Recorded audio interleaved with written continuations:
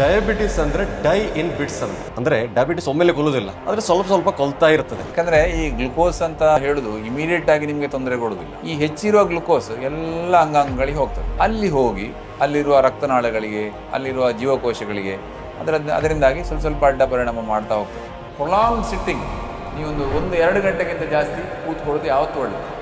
ಬಾಳೆಹಣ್ಣು, ಮಾವಿನ ಹಣ್ಣು, ಹಲಸಿನ ಹಣ್ಣು, ಚಿಕ್ಕು, ಸೀತಾಫಲ, ದ್ರಾಕ್ಷಿ ಇಂಥವೆಲ್ಲ ಶುಗರ್ ತುಂಬ ಜಾಸ್ತಿ ಆಗ್ತದೆ. ಹಾಗಾಗಿ ಇವುಗಳನ್ನು ಬಿಡುವುದೇ ಒಳ್ಳೆಯದು. ನೀವು ಹೇಳೋದು ಕೇಳ್ತೇವೆ ನಾವು, ಸಕ್ಕರೆ ಕಾಯಿಲೆ ಇರೋರು, ನನಗೆ ಸ್ವಲ್ಪ ಸಕ್ಕರೆ ಇದೆ, ಏನಾಗೋದಿಲ್ಲ ಅಂತ. ಏನಾಗೋದಿಲ್ಲ ಸರ್, ಈಗ ಆಗೋದಿಲ್ಲ, ಆದರೆ ಮುಂದೆ ಅದರಿಂದ ಆಗ್ತದೆ. ಯಾಕಂದರೆ ಅದು ಸ್ಲೋ ಪಾಯ್ಸನ್ ಥರ. 10 ವರ್ಷ 15 ವರ್ಷ ಕಳೆದ ಮೇಲೆ ಈ ಶುಗರ್ ಹೆಚ್ಚಿದ್ದದರಿಂದಾಗಿ ಅದರ ಪರಿಣಾಮ ಕಾಣಲಿಕ್ಕೆ ಶುರುವಾಗ್ತದೆ. ಪ್ರತಿಯೊಬ್ಬ ವ್ಯಕ್ತಿ 30 ವರ್ಷ ಕಳೆದ ಮೇಲೆ ರಕ್ತದಲ್ಲಿರುವ ಶುಗರ್ನ ಅಂಶ ಚೆಕ್ ಮಾಡಿಕೊಳ್ಳಲೇಬೇಕು.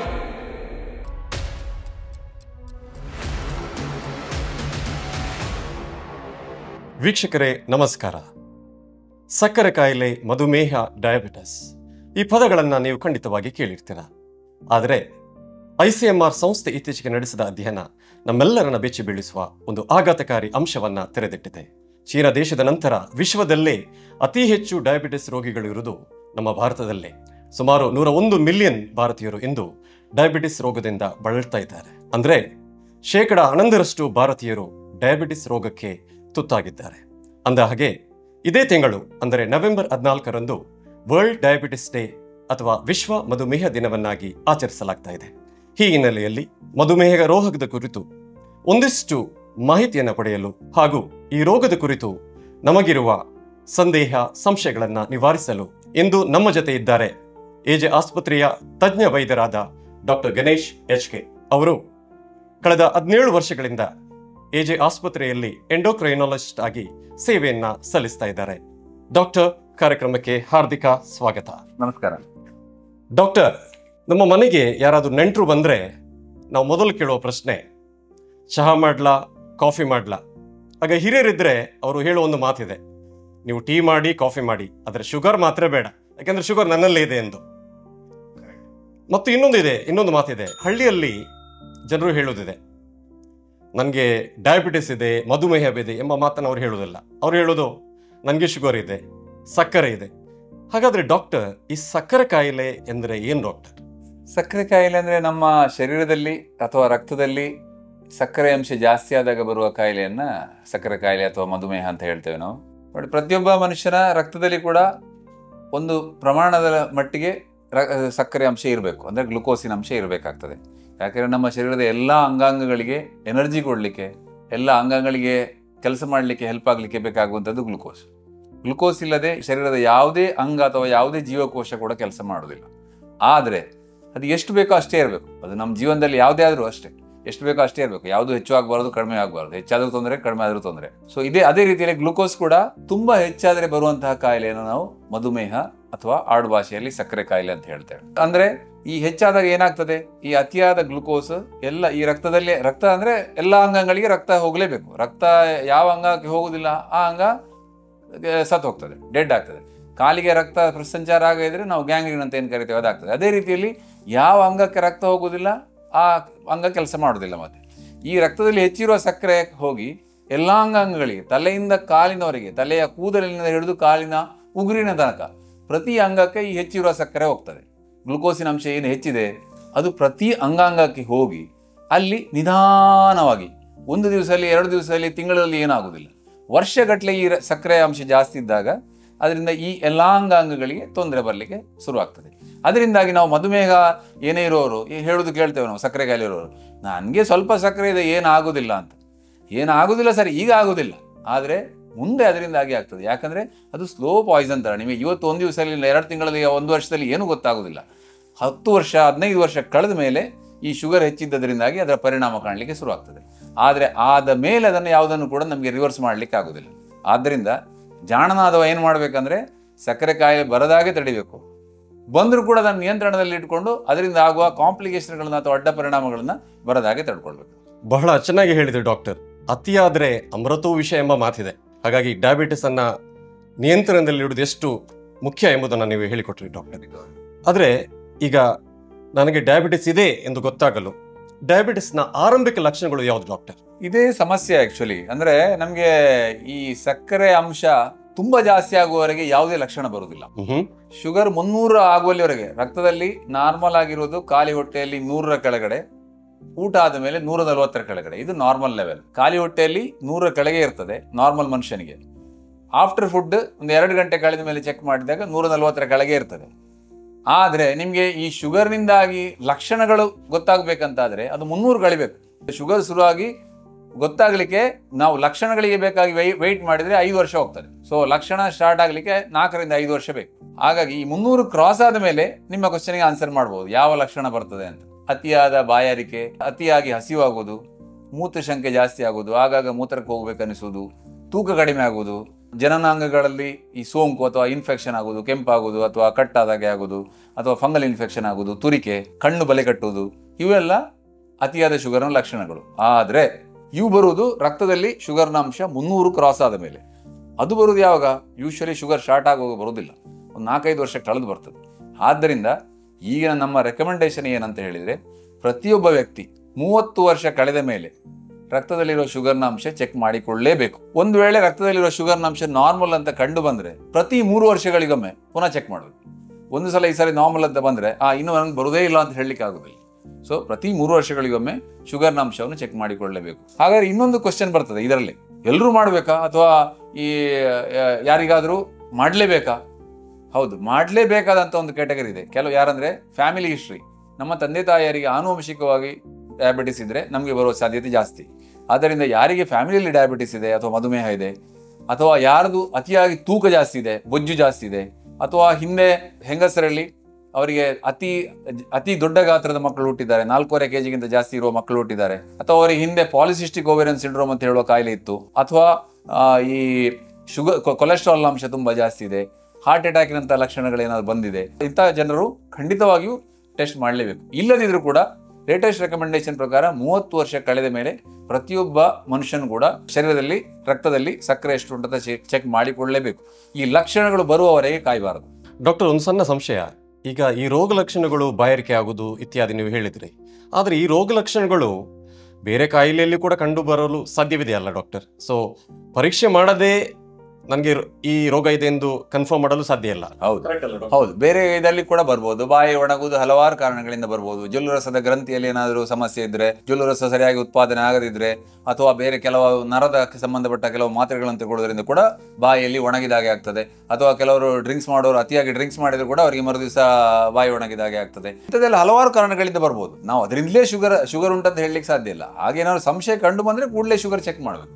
ಸರಿ ಡಾಕ್ಟರ್, ಹಾಗಿದ್ರೆ ಈಗ ಶುಗರ್ ಇದೆ ಎಂದು ಡಯಾಗ್ನೋಸ್ ಮಾಡಲು ಅಥವಾ ಪತ್ತೆ ಹಚ್ಚಲು ಯಾವ ರೀತಿಯ ವೈದ್ಯಕೀಯ ಪರೀಕ್ಷೆಗಳು ಲಭ್ಯವಿದೆ? ಮುಖ್ಯವಾಗಿ 3 ಟೆಸ್ಟ್ಗಳು ಮಾಡಬೇಕು ನಾವು ಶುಗರ್ ಉಂಟಂತ ಗೊತ್ತಾಗ್ಲಿಕ್ಕೆ. ಖಾಲಿ ಹೊಟ್ಟೆಯಲ್ಲಿ ರಕ್ತದಲ್ಲಿ ಸಕ್ಕರೆ ಪ್ರಮಾಣ ಅಥವಾ ಗ್ಲುಕೋಸಿನ ಪ್ರಮಾಣ ಎಷ್ಟು ಉಂಟು ಅಂತ ನೋಡೋದು, ಫಾಸ್ಟಿಂಗ್ ಪ್ಲಾಸ್ಮಾ ಗ್ಲುಕೋಸ್ ಅಂತ ಹೇಳ್ತೇವೆ ನಾವು. ಅದು ನಾರ್ಮಲ್ ಆಗಿ 100 ರಿಂದ ಕೆಳಗೆ ಇರ್ತದೆ. 126ಕ್ಕಿಂತ ಜಾಸ್ತಿ ಇದ್ರೆ ಅದನ್ನು ನಾವು ಮಧುಮೇಹ ಅಂತ ಕರಿತೇವೆ. ಇನ್ನೊಂದು, ಒಂದು ಗ್ಲುಕೋಸ್ ಕೊಟ್ಟು 75 ಗ್ರಾಮ್ಸ್ ಗ್ಲುಕೋಸ್ ಕೊಟ್ಟು 2 ಗಂಟೆ ಬಿಟ್ಟು ಟೆಸ್ಟ್ ಮಾಡೋದು. ಆದರೆ ಅದು ಸ್ವಲ್ಪ ಕಷ್ಟ, ಯಾಕಂದ್ರೆ ಗ್ಲುಕೋಸ್ ತರಿಸಬೇಕು, ಗ್ಲುಕೋಸ್ ಕೊಟ್ಟು ಅದು ಸ್ವಲ್ಪ ಕಷ್ಟ ಆಗೋದ್ರಿಂದ ನಾವು ಅದನ್ನು ಸಿಂಪಲ್ ಮಾಡಿ, ನೀವು ತಿಂಡಿ ಮಾಡಿ 2 ಗಂಟೆ ಆದಮೇಲೆ ಚೆಕ್ ಮಾಡಿ ಅಂತ ಹೇಳ್ತೇವೆ, ಪೋಸ್ಟ್ ಪ್ರ್ಯಾಂಡಿಯಲ್ ಗ್ಲುಕೋಸ್ ಅಂತ. ಈ 2 ಗಂಟೆ ಆದಮೇಲೆ ನಾರ್ಮಲ್ ಆಗಿ ಮನುಷ್ಯರಿಗೆ 140ರ ಕೆಳಗಿರ್ತದೆ. ಖಾಲಿ ಹೊಟ್ಟೆಯಲ್ಲಿ 100ರ ಕೆಳಗಿರ್ತದೆ, ತಿಂಡಿ ಆದಮೇಲೆ ಅಥವಾ ಊಟ ಆದಮೇಲೆ 140ರ ಕೆಳಗಿರ್ತದೆ. ಅದು 200ರ ಮೇಲೆ ಹೋದರೆ ಗ್ಲುಕೋಸ್ ಇದೆ ಅಂತ ಲೆಕ್ಕ. ಆಫ್ಟರ್ ಫುಡ್ 200ರ ಮೇಲೆ ಹೋದರೆ ಗ್ಲುಕೋಸ್ ಇದೆ ಅಂತ ಲೆಕ್ಕ. ಬಟ್ ಇದರಲ್ಲಿ ಸ್ವಲ್ಪ ಇದರಲ್ಲಿ ಸಮಸ್ಯೆ ಅಂತ ಹೇಳಿದ್ರೆ, ಕಳೆದ 2-3 ದಿವಸಗಳಿಂದ ತುಂಬಾ ಸ್ಟ್ರಿಕ್ಟ್ ಫುಡ್ ಕಂಟ್ರೋಲ್ ಮಾಡಿ ಇವತ್ತು ಚೆಕ್ ಮಾಡ್ಲಿಕ್ಕೆ ಹೊರಟ್ರೆ ನಾರ್ಮಲ್ ಬರ್ಬೋದು. ಶುಗರ್ ಇದ್ದವನಿಗೆ ಕೂಡ ಕಡಿಮೆ ಬರುವ ಚಾನ್ಸ್ ಇರ್ತದೆ. ಹಾಗಾಗಿ ಅದನ್ನ ಸರಿ ಮಾಡ್ಲಿಕ್ಕೆ ಬೇಕಾಗಿ ಕಳೆದ 3 ತಿಂಗಳಿನಲ್ಲಿ ಶುಗರ್ ಎಷ್ಟು ಉಂಟು ಅಂತ ನೋಡುವಂತ ಒಂದು ಅವರೇಜ್ ಟೆಸ್ಟ್ ಇದೆ. ಗ್ಲೈಕಾಸಿಲೇಟೆಡ್ ಹಿಮೋಗ್ಲೋಬಿನ್ ಅಂತ ಕರಿತೇವೆ ನಾವು, HbA1c ಅಂತ. ಅದು ಕಳೆದ 3 ತಿಂಗಳಲ್ಲಿ ನಮ್ಮ ಶರೀರದಲ್ಲಿ ಅವರೇಜ್ ಗ್ಲುಕೋಸ್ ಎಷ್ಟಿಂತು ಅಂತ ಹೇಳ್ತದೆ. ಅದು ಸಾಧಾರಣವಾಗಿ ನಾರ್ಮಲ್ ಮನುಷ್ಯರಲ್ಲಿ 5.7 5.7ಗಿಂತ ಕಡಿಮೆ ಇರ್ತದೆ. ಅದು ಯಾವಾಗ 6.5ಗಿಂತ ಕ್ರಾಸ್ ಆಗ್ತದೆ, 6.5ಕ್ಕಿಂತ ಮೇಲೆ ಹೋಗ್ತದೆ, ಅದನ್ನು ನಾವು ಡಯಾಬಿಟಿಸ್ ಅಥವಾ ಮಧುಮೇಹ ಅಂತ ಕರಿತೇವೆ. ಹೀಗೆ ನಾವು 3 ಟೆಸ್ಟ್ಗಳಿಂದ, fasting glucose, post prandial glucose, HbA1c, 3 ಟೆಸ್ಟ್ಗಳಿಂದ ಶುಗರ್ ಉಂಟಾ ಇಲ್ವಾ ಅಂತ ಕನ್ಫರ್ಮ್ ಆಗಿ ಹೇಳ್ಬೋದು. ಸರಿ ಡಾಕ್ಟರ್, ಈಗ ನೀವು ಹೇಳಿದ್ರಿ ರೋಗ ಲಕ್ಷಣ ಬರೋ ತನಕ ಕಾಯಬಾರ್ದು, ಒಂದು 30-40 ವರ್ಷ ಆದಮೇಲೆ ಆಗಾಗ್ಗೆ ಟೆಸ್ಟ್ ಮಾಡಬೇಕು. ಹಾಗಿದ್ರೆ ಡಾಕ್ಟರ್, ಎಷ್ಟು ಬಾರಿ ಟೆಸ್ಟ್ ಮಾಡಬೇಕು? ಒಂದು ವರ್ಷಕ್ಕೆ 1 ಬಾರಿ ಟೆಸ್ಟ್ ಮಾಡಿದ್ರೆ ಸಾಕು ಒಂದು 40 ಹರೆಯ ದಾಟಿದವರು? ಸ್ವಲ್ಪ ಕಷ್ಟದ ಕ್ವಶನ್ ಇದು. ಯಾಕಂತ ಹೇಳಿದ್ರೆ 100% ಹೀಗೆ ಅಂತ ಹೇಳಲಿಕ್ಕೆ ಆಗೋದಿಲ್ಲ. ಈಗ ನಾವು ಫಸ್ಟ್ ಟೆಸ್ಟ್ ಮಾಡಿದಾಗ 30 ವರ್ಷ ಕಳೆದವರು ಫಸ್ಟ್ ಟೆಸ್ಟ್ ಮಾಡಿದಾಗ ನಾರ್ಮಲ್ ಬಂತು ಅಂತ ಹೇಳಿದರೆ ಮತ್ತೆ 3 ವರ್ಷ ಕಳೆದು ಚೆಕ್ ಮಾಡಬೇಕು, ಮತ್ತೆ ಪ್ರತಿ 3 ವರ್ಷಕ್ಕೊಂದ್ಸತಿ ಚೆಕ್ ಮಾಡ್ತಾ ಇರಬೇಕು. ಅದೇ ಈಗ ಇದು ಬರುವ ಚಾನ್ಸ್ ಜಾಸ್ತಿ ಇದ್ದವರು, ಈಗ ಬೊಜ್ಜು ಜಾಸ್ತಿ ಇದೆ, ತೂಕ ತುಂಬ ಜಾಸ್ತಿ ಉಂಟು, ಅಂದರೆ ನಾವು BMI ಅಂತ ಕರಿತೇವೆ, ಬಾಡಿ ಮಾಸ್ ಇಂಡೆಕ್ಸ್ ಅಂತ, ಅಥವಾ ಈ ವೆಯ್ಟ್ 90-100ಕ್ಕಿಂತ ಜಾಸ್ತಿ ಇದ್ದವರು, ಅಂಥವರು 3 ವರ್ಷ ಕಾಯಬಾರ್ದು, ಪ್ರತಿ ವರ್ಷಕ್ಕೊಮ್ಮೆ ಚೆಕ್ ಮಾಡಿದ್ರು ಒಳ್ಳೆಯದು. ಫ್ಯಾಮಿಲಿಯಲ್ಲಿ strong family history of diabetes ಉಂಟು, ತಂದೆ ತಾಯಿಗಳಿಗೆ ಶುಗರ್ ಉಂಟು, ಹಾಗಾದರೆ ಅವರು 3 ವರ್ಷಕ್ಕೊಂದ್ಸತಿ ಅಲ್ಲ ವರ್ಷಕ್ಕೊಂದ್ಸತಿ ಚೆಕ್ ಮಾಡಿದರೆ ಉತ್ತಮ. ಅಥವಾ ಶುಗರ್ ಉಂಟು ಅಂತ ಕಂಡು ಬಂದರೆ ಮತ್ತೆ 3 ತಿಂಗಳಿಗೆ ಒಂದ್ಸತಿ ಚೆಕ್ ಮಾಡ್ತಾ ಇರಬೇಕು. ಓಕೆ ಡಾಕ್ಟರ್, ಇನ್ನು ಕೆಲವರು ಇರ್ತಾರೆ ರೋಗ ಲಕ್ಷಣ ಇದ್ರೂ ಪರೀಕ್ಷೆ ಮಾಡೋ ಗೋಜಿಗೆ ಹೋಗೋದಿಲ್ಲ. ಯಾಕಂದರೆ ಒಂದು ವೇಳೆ ಡಯಾಬಿಟಿಸ್ ಇದೆ ಎಂದು ಗೊತ್ತಾದರೆ ಎಲ್ಲ ಸಿಹಿ ಪದಾರ್ಥಗಳನ್ನು ತ್ಯಜಿಸಬೇಕಾಗತ್ತೆ, ಈ ಟೆನ್ಷನ್ನೇ ಬೇಡ ಎಂಬ ಕಾರಣದಿಂದ ಪರೀಕ್ಷೆ ಮಾಡಲು ಹೋಗುವುದಿಲ್ಲ. ಇದು ಅವರ ದೀರ್ಘಕಾಲಿಕ ಆರೋಗ್ಯದ ಮೇಲೆ ಯಾವ ರೀತಿಯ ಪರಿಣಾಮವನ್ನು ಬೀರಲು ಸಾಧ್ಯವಿದೆ ಡಾಕ್ಟರ್? ಇದು ತುಂಬ ದೊಡ್ಡ ಪರಿಣಾಮ ಬೀರ್ತದೆ. ನಾವು ಈಗ ನೋಡ್ಲಿಕ್ಕೆ ಹೊರಟ್ರೆ ಇಂತಹ ಜನರಿಗೆ ಸಾಧಾರಣವಾಗಿ ಎಲ್ಲ ಈ ಕಿಡ್ನಿ ಫೇಲ್ಯೂರ್ ಅಥವಾ ಕಣ್ಣಿನ ರೆಟಿನೋಪತಿ, ಕಣ್ಣಿನ ಕಾಣಿಸದೇ ಇರುವುದು, ಹಾರ್ಟ್ ಅಟ್ಯಾಕ್, ಪ್ಯಾರಾಲಿಸಿಸ್, ಇಂಥ ಎಲ್ಲ ಸಮಸ್ಯೆಗಳು ಬರುವ ಸಾಧ್ಯತೆ ಜಾಸ್ತಿ ಇರುವುದು ಇಂಥ ಜನರಿಗೆ. ಯಾಕಂತ ಹೇಳಿದರೆ ನಮ್ಮ ಈಗಿನ ಲೇಟೆಸ್ಟ್ ಈ ಸ್ಟಡೀಸ್ನ ಕಳೆದ 20-30 ವರ್ಷಗಳಲ್ಲಿ ಬಹಳ ದೊಡ್ಡದ ಮಟ್ಟಿಗೆ ಇದರ ಅಧ್ಯಯನ ಆಗಿದೆ. ನೀವೇ ಈಗ ಹೇಳ್ತಾ ಇದ್ರಿ ICMR ಪ್ರಕಾರ, ಡೇಟಾ ಪ್ರಕಾರ ಇಷ್ಟು ಹೈಯೆಸ್ಟ್ ಶುಗರ್ ಉಂಟಂತ. ಇದೇ ರೀತಿಯಲ್ಲಿ ಡಯಾಬಿಟಿಸ್ ಅದೊಂದು ಎಪಿಡಿಮಿಯಾಲಜಿಕಲ್ ಡೇಟಾ, ಎಷ್ಟು % ಜನರಿಗೆ ಡಯಾಬಿಟಿಸ್ ಇದೆ ಅಂತ. ಅದೇ ರೀತಿಯಲ್ಲಿ ಈ ಡಯಾಬಿಟಿಸನ್ನು ನಮಗೆ ಯಾವ ರೀತಿಯಲ್ಲಿ ಇದರಿಂದ ಆಗುವಂಥ ಅಡ್ಡ ಪರಿಣಾಮಗಳನ್ನು ತಡೆಗಟ್ಟಬಹುದು, ಇದನ್ನು ನಮಗೆ ಬರದ ಹಾಗೆ ಹೇಗೆ ತಡಿಬೋದು, ಇಂಥ ನಿಟ್ಟಿನಲ್ಲಿ ಹಲವಾರು ಸ್ಟಡಿಗಳು, ಹಲವಾರು ಅಧ್ಯಯನಗಳಾಗಿವೆ. ಇದರಲ್ಲಿ ನಮಗೆ ಕಂಡು ಬಂದದ್ದು ಅಂತ ಹೇಳಿದರೆ, ಯಾರು ಫಸ್ಟ್ 5-10 ವರ್ಷ ಡಯಾಗ್ನೋಸಿಸ್ ಆಗಿ ಫಸ್ಟ್ 5-10 ವರ್ಷ ಒಳ್ಳೆ ಕಂಟ್ರೋಲ್ ಮಾಡ್ತಾರೆ, ತಮ್ಮ ಶರೀರದಲ್ಲಿನ ರಕ್ತದಲ್ಲಿನ ಗ್ಲುಕೋಸಿನ ಪ್ರಮಾಣವನ್ನು ಸರಿಯಾಗಿ ನಿಯಂತ್ರಣದಲ್ಲಿ ಇಟ್ಟುಕೊಳ್ತಾರೆ, ಅವರಿಗೆ ಮುಂದೆ ಆಗುವ ಕಾಂಪ್ಲಿಕೇಶನ್ ಆಗುವಂಥ ಸಾಧ್ಯತೆ ಬಹಳ ಕಡಿಮೆ. ಪ್ಯಾರಾಲಿಸಿಸ್ ಇರ್ಬೋದು, ಹಾರ್ಟ್ ಅಟ್ಯಾಕ್ ಇರ್ಬೋದು, ಕಾಲಿನ ಗ್ಯಾಂಗ್ರೀನ್ ಅಥವಾ ಕಟ್ ಮಾಡೋದು ಇರ್ಬೋದು, ಅಥವಾ ಈ ಥರ ಹಲವಾರು ಎಲ್ಲ ಕಾಂಪ್ಲಿಕೇಶನ್ಗಳು ಆಗುವ ಸಾಧ್ಯತೆ ಬಹಳ ಕಡಿಮೆ ಆಗ್ತದೆ. ಯಾರು ನೀವು ಹೇಳಿದಾಗೆ ಆ ಜನರ ಒಂದು ಕೊಹಾರ್ಟ್ ಅಂತ ಹೇಳ್ತೇವೆ ನಾವು, ಒಂದು ಗ್ರೂಪ್ ಮನುಷ್ಯರಲ್ಲಿ ಒಂದೊಂದು ರೀತಿ ಒಂದೊಂದು ಗ್ರೂಪ್ ಇರ್ತದೆ, ಒಂದೊಂದು ಮನಸ್ಥಿತಿಯವರು, ಎಲ್ಲರೂ ಒಂದೇ ರೀತಿ ಇರುವುದೇ ಇಲ್ಲ. 5 ಬೆರಳುಗಳು ಯಾವ ರೀತಿ ಒಂದೇ ರೀತಿ ಇಲ್ವೋ ಅದೇ ರೀತಿಯಲ್ಲಿ ಮನುಷ್ಯರಲ್ಲಿ ಕೂಡ ಹಲವು ವಿಧದವರು ಇರ್ತಾರೆ. ನಮಗೆ ನಾವು ಗೋಜಿಗೆ ಹೋಗೋದು ಬೇಡ, ಅದನ್ನು ಟೆಸ್ಟ್ ಮಾಡೋದೇ ಬೇಡ, ಗೊತ್ತಾದರೆ ಕಷ್ಟ ಅಂತ ಹೇಳುವವರಿಗೆ ಶುಗರ್ ಗೊತ್ತಾಗುವಾಗ 10 ವರ್ಷ ಕಳೀತದೆ. ಆಗ ಎಲ್ಲ ಈ ಅಂಗಾಂಗಗಳು ಕೊಳಿಲಿಕ್ಕೆ ಸ್ಟಾರ್ಟ್ ಆದಮೇಲೆ, ಇದು ನಾನು ಕೊಳೆಯುವುದು ಅಂತ ಹೇಳಿದರೆ ನಾನು ನಮ್ಮ ಆಡು ಭಾಷೆಯಲ್ಲಿ ಹೇಳಿದೆ ಅಷ್ಟೇ, ಒಳಗೆ ಅಡ್ಡ ಪರಿಣಾಮಗಳು ಕಂಡು ಬಂದ ಮೇಲೆ ಗೊತ್ತಾದರೆ ನಮಗೆ ಎಂಥದ್ದು ಮಾಡಲಿಕ್ಕೆ ಆಗೋದಿಲ್ಲ. ಆಮೇಲೆ ಅಲ್ಲಿ ಇದ್ದದನ್ನು ಅಂಗಿ ಹರಿದು ಹೋದ ಮೇಲೆ ಅಲ್ಲಿಗೆ ಪ್ಯಾಚ್ ವರ್ಕ್ ಮಾಡಿದಾಗೆ ಅದನ್ನು ಅಲ್ಲಿಗೆ ರಿಪೇರ್ ಮಾಡುವುದಷ್ಟು ಹೊರತು ಮೊದಲಿನ ಹಾಗೆ ಮಾಡಲಿಕ್ಕೆ ಸಾಧ್ಯವೇ ಇಲ್ಲ. ಹೌದಾ ಡಾಕ್ಟರ್, ಡಯಾಬಿಟಿಸ್ ಎಂಬುದು ಲೈಫ್ ಸ್ಟೈಲ್ ಡಿಸಾರ್ಡರ್, ಅಂದರೆ ಜೀವನ ಶೈಲಿಯ ಕಾಯಿಲೆ ಎಂಬ ಮಾತಿದೆ. ಆದರೆ ಇತ್ತೀಚಿನ ದಿನಗಳಲ್ಲಿ ಸಣ್ಣ ಮಕ್ಕಳಲ್ಲಿಯೂ ಕೂಡ ಡಯಾಬಿಟಿಸ್ ಕಂಡು ಬರ್ತದೆ, ಅದು ಯಾಕೆ sir? Diabetes complete life style ಕಾಯಿಲೆ ಅಲ್ಲ. ಲೈಫ್ ಸ್ಟೈಲ್ ಕಾಯಿಲೆ ಅಂತ ಹೇಳಿದರೆ ನಮ್ಮ ಆರೋಗ್ಯ, ನಮ್ಮ ಫುಡ್ ಅಥವಾ ಆಹಾರ ಪದ್ಧತಿ ಮತ್ತು ವ್ಯಾಯಾಮ ಇದು ಸರಿ ಇಲ್ಲದೆ ಬರುವಂತಹ ಕಾಯಿಲೆಗಳನ್ನು ಲೈಫ್ ಸ್ಟೈಲ್ ರಿಲೇಟೆಡ್ ಡಿಸಾರ್ಡರ್ ಅಂತ ಹೇಳೋದು. ಇದು ಬರೀ ಲೈಫ್ ಸ್ಟೈಲ್ ರಿಲೇಟೆಡ್ ಡಿಸಾರ್ಡರ್ ಆಗಿದ್ದರೆ ನಿಮಗೆ ಫ್ಯಾಮಿಲಿಯಲ್ಲಿ ಯಾಕೆ ಬರಬೇಕು? ಫ್ಯಾಮಿಲಿಯಲ್ಲಿ ಬರಲಿಕ್ಕೆ ಸಾಧ್ಯ ಇಲ್ಲ. ತಂದೆ ತಾಯಿಗಳಿಂದ ಆನುವಂಶಿಕವಾಗಿ ಬರೋದು, ಜೆನೆಟಿಕ್ ಪ್ರಿಡಿಸ್ಪೋಸಿಷನ್ ಇರ್ತದೆ. ಅಂದರೆ ಜೆನೆಟಿಕಲಿ ನಮ್ಮ ಫ್ಯಾಮಿಲಿಯಲ್ಲಿ ಶುಗರ್ ಇದ್ದರೆ ನಮಗೆ ಬರೋ ಸಾಧ್ಯತೆ ಜಾಸ್ತಿ. ಹಾಗೆ ಹೇಳಿ ಕಂಪ್ಲೀಟ್ ಜೆನೆಟಿಕ್ ಕಾಯಿಲೆಯೂ ಅಲ್ಲ, ಜೆನೆಟಿಕ್ ಪ್ಲಸ್ ಲೈಫ್ ಸ್ಟೈಲ್ ಇದು ಎರಡೂ ಕೂಡ. ಜೆನೆಟಿಕಲಿ ಯಾರು ಪ್ರಿಡಿಸ್ಪೋಸ್ಡ್ ಅವರಿಗೆ ನಮ್ಮ ಆಹಾರ ಕ್ರಮ ಸರಿ ಇಲ್ಲದಿದ್ದರೆ, ಎಕ್ಸಸೈಸ್ ಮಾಡದೇ ಇದ್ದರೆ ಡಯಾಬಿಟಿಸ್ ಬರೋ ಸಾಧ್ಯತೆ ಬಹಳ ಜಾಸ್ತಿ ಆಗ್ತದೆ. ಈಗ ಕೆಲವರು ಎಷ್ಟು ಬೊಜ್ಜು ತೋರ ಇದ್ರೂ ಕೂಡ ಅವರಿಗೆ ಶುಗರ್ ಇರೋದಿಲ್ಲ, ಕೆಲವರು ಸ್ವಲ್ಪ ಸಪೂರ ಇದ್ರೂ ಕೂಡ ಅವರಿಗೆ ಶುಗರ್ ಇರ್ತದೆ. ಇದಕ್ಕೆ ಕಾರಣ ಇದು ಜೆನೆಟಿಕಲಿ ಪ್ರಿಡಿಸ್ಪೋಸ್ಡ್. ಅದರ ಮೇಲಿಂದ ಆ್ಯಡೆಡ್ ಅಪಾನ್ ಈಗ ಲೈಫ್ ಸ್ಟೈಲ್ ಸರಿ ಇಲ್ಲದಿದ್ದರೆ ಶುಗರ್ ಬರೋ ಸಾಧ್ಯತೆ ಬಹಳ ಜಾಸ್ತಿ ಆಗ್ತದೆ. ಈಗ ನಿಮ್ಮ second part of the question, ಈ ಮಕ್ಕಳಿಗೆ ಕೂಡ ಡಯಾಬಿಟಿಸ್ ಬರ್ತದೆ ಯಾಕೆ ಅಂತ. ಮಕ್ಕಳಿಗೆ ಡಯಾಬಿಟಿಸ್ ಯಾಕೆ ಬರೋದು ಅಂತ ಹೇಳಿದರೆ, ಮೊದಲಿನ ಕಾಲದಲ್ಲಿ ಮಕ್ಕಳಿಗೆ ಬೇಕಾದಷ್ಟು ಎಕ್ಸಸೈಸ್ ಇರ್ತಾ ಇತ್ತು. ಮಕ್ಕಳು ಹುಟ್ಟಿದಾಗಿನಿಂದ ಅವರು ಶಾಲೆಗೆ 10-12 PUC ಆಗೋರೆಲ್ಲರಿಗೂ ಬೇಕಾದಷ್ಟು ಆಟಗಳಿದ್ವು, ಆಡ್ತಾ ಇದ್ರು. ಎಲ್ಲ ಮನೆಯಿಂದ ಶಾಲೆಗೆ ನಡ್ಕೊಂಡು ಹೋಗ್ತಾ ಇದ್ರು. ಈಗ ಮನೆ ಮುಂದೆ ವಾಹನ ಬರ್ತದೆ, ಶಾಲೆವರೆಗೆ ವಾಹನ ಹೋಗ್ತದೆ, ಮತ್ತು ಟ್ಯೂಷನ್ಗಳು, ಅವರಿಗೆ ಆಡಲಿಕ್ಕೆ ಪುರ್ಸೊತ್ತೇ ಇಲ್ಲ. ಈ ಶಾಲೆಗಳು ಕೂಡ ಹಾಗೆ, ಅವರಿಗೆ ಈ ಕಾಂಪಿಟಿಷನಿಂದಾಗಿ ಅವರಿಗೆ ತೋರಿಸಬೇಕು ನಮ್ಮದು ರಿಸಲ್ಟ್ ಭಾಳ ಒಳ್ಳೆಯದುಂಟಂತ. ಹಾಗಾದರೆ ಅವರು ಮಕ್ಕಳಿಗೆ ತುಂಬ ಓದಿಸಬೇಕಾಗ್ತದೆ. ಅಲ್ಲಿ PT ಪೀರಿಯಡ್ ಅಥವಾ ಆಟದ ಪೀರಿಯಡ್ ಬಹಳ ಕಡಿಮೆ. ಇದರಿಂದಾಗಿ ಮಕ್ಕಳಲ್ಲಿ ವ್ಯಾಯಾಮದ ಅಂಶ ಬಹಳ ಕಡಿಮೆ ಆಗಿದೆ. ಎರಡನೇದು ಆಹಾರ ಕ್ರಮ ಕೂಡ ಮೊದಲಿನ ಹಾಗಿಲ್ಲ.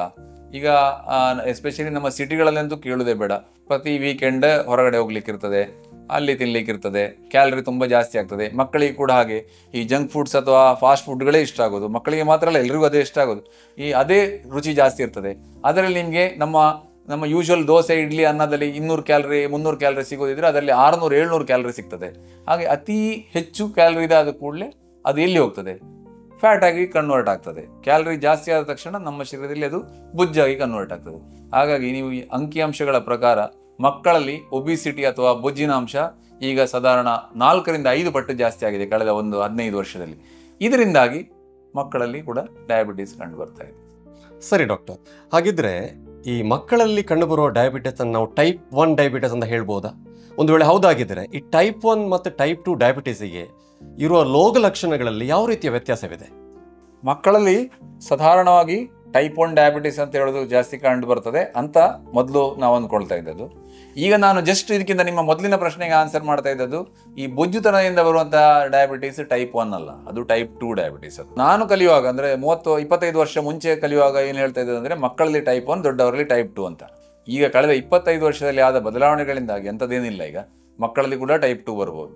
ಮಕ್ಕಳಲ್ಲಿ ಟೈಪ್ 1 ಮಾತ್ರ ಅಲ್ಲ, ಈ ಬೊಜ್ಜು ಜಾಸ್ತಿ ಆಗೋದ್ರಿಂದಾಗಿ ಮಕ್ಕಳಲ್ಲಿ ಕೂಡ ಟೈಪ್ 2 ಬರುವ ಸಾಧ್ಯತೆ ಇರ್ತದೆ.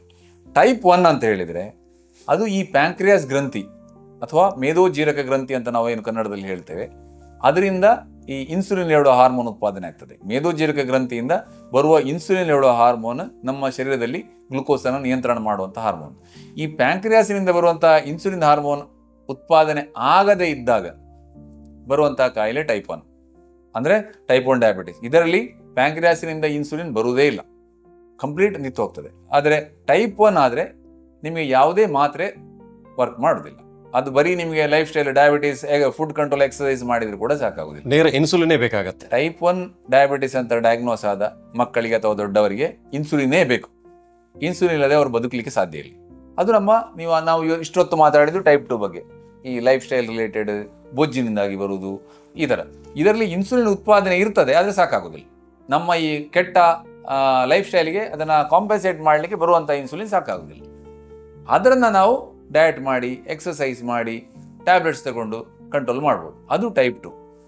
ಈಗ ಮಕ್ಕಳಲ್ಲಿ ಟೈಪ್ 1 ಮತ್ತು ಟೈಪ್ 2 ಎರಡೂ ಬರುವ ಸಾಧ್ಯತೆ ಇರ್ತದೆ. ಅದನ್ನು ನಾವು ಸರಿಯಾದ ಟೆಸ್ಟ್ಗಳನ್ನು ಮಾಡಿ, ಕೆಲವು ಬ್ಲಡ್ ಟೆಸ್ಟ್ಗಳಿದ್ದಾವೆ, ಕೆಲವು ಅಲ್ಟ್ರಾಸೌಂಡ್ ಮಾಡಬೇಕಾಗ್ತದೆ ಪ್ಯಾಂಕ್ರಿಯಾಸ್ ಹೇಗುಂಟು ನೋಡಲಿಕ್ಕೆ. ಪ್ಯಾಂಕ್ರಿಯಾಸ್ನಲ್ಲಿ ಕಲ್ಲಿದ್ದರೂ ಕೂಡ ಆ ಥರ ಬರ್ಬೋದು. ಪ್ಯಾಂಕ್ರಿಯಾಟಿಕ್ ಡಯಾಬಿಟಿಸ್ ಅಂತ ಉಂಟು, ಅದೇನಾದರೂ ಉಂಟು ನೋಡಬೇಕಾಗ್ತದೆ. ಹಾಗಾಗಿ ಮಕ್ಕಳಲ್ಲಿ ಬರುವ ಡಯಾಬಿಟಿಸನ್ನು ನಾವು ಯಾವುದು ಅಂತ ಕರೆಕ್ಟಾಗಿ ಟೈಪ್ ಮಾಡಬೇಕು. ಟೈಪ್ 1 ಟೈಪ್ 2 ಪ್ಯಾಂಕ್ರಿಯಾಟಿಕ್ ಡಯಾಬಿಟಿಸ್ ಅಂತ ಟೆಸ್ಟ್ ಮಾಡಿ ನೋಡಬೇಕಾಗ್ತದೆ. ಅದು ಮಾಡಿ ಅದಕ್ಕೆ ಅನುಗುಣವಾಗಿ ಮತ್ತೆ ಔಷಧಿಯನ್ನು ಕೊಡಬೇಕಾಗ್ತದೆ. ಡಾಕ್ಟರ್, ಒಂದು ವೇಳೆ ಅದು ಟೈಪ್ 1 ಡಯಾಬಿಟಿಸ್ ಆದರೆ ಅದು ಹುಟ್ಟಿನಿಂದಲೇ ಬರುತ್ತದೆಯಾ ಡಾಕ್ಟರ್ ಮಕ್ಕಳಲ್ಲಿ? ಇಲ್ಲ, ಹುಟ್ಟಿನಿಂದ ಬರುವುದಿಲ್ಲ. ಹೆಚ್ಚಾಗಿ ಅದು 1 ವರ್ಷ ಕಳೆದ ಮೇಲೆ ಬರುವಂಥದ್ದು. 6 ತಿಂಗಳಿನ ಒಳಗಡೆ ಡಯಾಬಿಟಿಸ್ ಬಂದರೆ ಅದು ಬಹಳ ರೇರ್. ಅದು 6 ತಿಂಗಳಿನ ಒಳಗೆ ಬರುವಂಥ ಡಯಾಬಿಟಿಸನ್ನು ನಾವು ನಿಯೋನೇಟಲ್ ಡಯಾಬಿಟಿಸ್ ಅಂತ ಕರಿತೇವೆ. 6 ತಿಂಗಳ ನಂತರ, ಹುಟ್ಟಿದ 6 ತಿಂಗಳಿನ ನಂತರ ಬರುವಂಥ ಡಯಾಬಿಟಿಸನ್ನು ಟೈಪ್ 1 ಡಯಾಬಿಟಿಸ್ ಅಂತ ಕರಿತೇವೆ. ಸೊ ಟೈಪ್ 2 ಡಯಾಬಿಟಿಸ್ ಯೂಶಲಿ ಒಂದು 5-6 ವರ್ಷ ಕಳೆದ ಮೇಲೆ ಬರುವುದು. ಅಂದರೆ ಮಕ್ಕಳಲ್ಲಿ ಸ್ವಲ್ಪ ಬೊಜ್ಜುತನ ಬಂದ ಮೇಲೆ ಬರೋದು ಟೈಪ್ 2. ಟೈಪ್ 1 6 ತಿಂಗಳ ನಂತರ ಯಾವ ಪ್ರಾಯದಲ್ಲಿ ಕೂಡ ಬರ್ಬೋದು. ಮತ್ತೆ ಡಾಕ್ಟರ್, ನೀವು ಈ ಮುಂಚೆ ಹೇಳಿದ್ರಿ ಡಯಾಬಿಟಿಸ್ ಎಂಬ ಕಾಯಿಲೆ ಜೀವನ ಶೈಲಿಯಿಂದ ಬರ್ಬೋದು, ಹಾಗಂತ ಅದು ಜೀವನ ಶೈಲಿಯ ಕಾಯಿಲೆ ಎಂದು ವ್ಯಾಖ್ಯಾನಿಸಲು ಸಾಧ್ಯವಿಲ್ಲ. ಯಾಕಂದರೆ ವಂಶ ಪಾರಂಪರ್ಯವಾಗಿ ಕೂಡ ಅದು ಬರ್ಬೋದಂತ. ಹಾಗಿದ್ರೆ ಒಂದು ವೇಳೆ ನನ್ನ ಅಜ್ಜನಿಗೆ ಡಯಾಬಿಟಿಸ್ ಇದ್ದರೆ, ನನ್ನ ತಂದೆಗೂ ಕೂಡ ಡಯಾಬಿಟಿಸ್ ಇದ್ದರೆ ನನಗೂ ಡಯಾಬಿಟಿಸ್ ಬರ್ಬೋದು ಎಂಬ ಭಯ ಒಂದು ಸಾಮಾನ್ಯವಾಗಿ ಎಲ್ಲರೂ ವ್ಯಕ್ತಪಡಿಸುತ್ತಿದೆ. ಆದರೆ ಒಂದು ವೇಳೆ ಕುಟುಂಬದಲ್ಲೇ ಒಂದು ಡಯಾಬಿಟಿಸ್ ರೋಗ ಇದ್ದರೆ ಅದು ಎಲ್ಲ ಮಕ್ಕಳಿಗೂ ಬರಬಹುದಾ? ಇಲ್ಲ, ಬರಲೇಬೇಕಂತೇನಿಲ್ಲ, ಬರುವ ಸಾಧ್ಯತೆ ಜಾಸ್ತಿ ಅಂತ. ಅದರ ಅರ್ಥ ಏನಂತ ಹೇಳಿದರೆ, ಈಗ ನಾವು ನಮ್ಮ ಆಹಾರ ಶೈಲಿಯನ್ನು ಮೊದಲೇ ನಿಯಂತ್ರಣದಲ್ಲಿ ಸರಿಯಾಗಿ ಇಟ್ಟುಕೊಂಡ್ರೆ ನಾವು ಅದನ್ನು ತುಂಬ ಮುಂದೆ ದೂಡ್ಬೋದು. ಹೇಗಿದ್ರು ನಮಗೆ 100 ವರ್ಷಕ್ಕಿಂತ ಜಾಸ್ತಿ ಬದುಕಲಿಕ್ಕೆ ಆಗೋದಿಲ್ಲ. ನೀವು ಎಷ್ಟೇ ನಮ್ಮ ಆರೋಗ್ಯ ವ್ಯವಸ್ಥೆ ನಮ್ಮದು ಎಷ್ಟೇ ಮುಂದುವರೆದರೂ ಕೂಡ ದೇವರು ಅಷ್ಟೊಂದು ಮಾಡಿ ಇಟ್ಟಿದ್ದಾರೆ, ಇಷ್ಟು ಸಾಕು, ಅದಕ್ಕಿಂತ ಜಾಸ್ತಿ ಬೇಡ ಅಂತ. ಸೊ 100ಕ್ಕಿಂತ ಮುಂದೆ ಹೋಗೋದಿಲ್ಲ. ನಮಗೆ ಈ ಡಯಾಬಿಟಿಸನ್ನು 80-85 ವರ್ಷದವರೆಗೆ ಮುಂದೆ ದೂಡಿದರೆ ಮತ್ತೆ ತೊಂದರೆ ಇಲ್ಲ. ಯಾಕಂದರೆ 10 ವರ್ಷ ಕಳೆದು ಮತ್ತೆ ಅದರ ಕಾಂಪ್ಲಿಕೇಶನ್ಗಳು ಬರೋದು. ಡಯಾಬಿಟಿಸ್ಗೆ ಯಾವನು ಹೆದರಬೇಕಾಗಿಲ್ಲ. ಡಯಾಬಿಟಿಸ್ ಕಂಟ್ರೋಲ್ ಮಾಡಿದರೆ ಅದರಿಂದಾಗಿ ಕಾಂಪ್ಲಿಕೇಶನ್ ಬರ್ತದೆ. ಕಿಡ್ನಿ, ಕಣ್ಣು, ಕಾಲು, ಹಾರ್ಟು ಎಲ್ಲದೂ ಹೋಗ್ತದೆ. ಅದಕ್ಕೆ ಹೆದರ್ಬೇಕು ನಾವು. ಅದು ಬರೋದು ಯೂಶಲಿ ಶುಗರ್ ಶುರುವಾಗಿ ಒಂದು 10 ವರ್ಷ ಕಳೆದ ಮೇಲೆ. ನೀವು 80-85 ವರ್ಷದವರೆಗೆ ಡಯಾಬಿಟಿಸ್ ಬರೋದಾಗೆ ಒಳ್ಳೆ ಲೈಫ್ ಸ್ಟೈಲ್ ಮಾಡಿ ಪೋಸ್ಟ್ಪೋನ್ ಮಾಡಿದರೆ 85 ವರ್ಷ ಆದಮೇಲೆ ಬೇಕಾದ್ರೆ ಸ್ವಲ್ಪ ರಿಲ್ಯಾಕ್ಸ್ ಆಗ್ಬೋದು, ಏನು ಬೇಕಾದ್ರೆ ತಿನ್ಬೋದು 85 ಕಳೆದ ಮೇಲೆ. ಸೊ ಹಾಗೆ ನಿಮಗೆ ಪೋಸ್ಟ್ಪೋನ್ ಮಾಡ್ಬೋದು.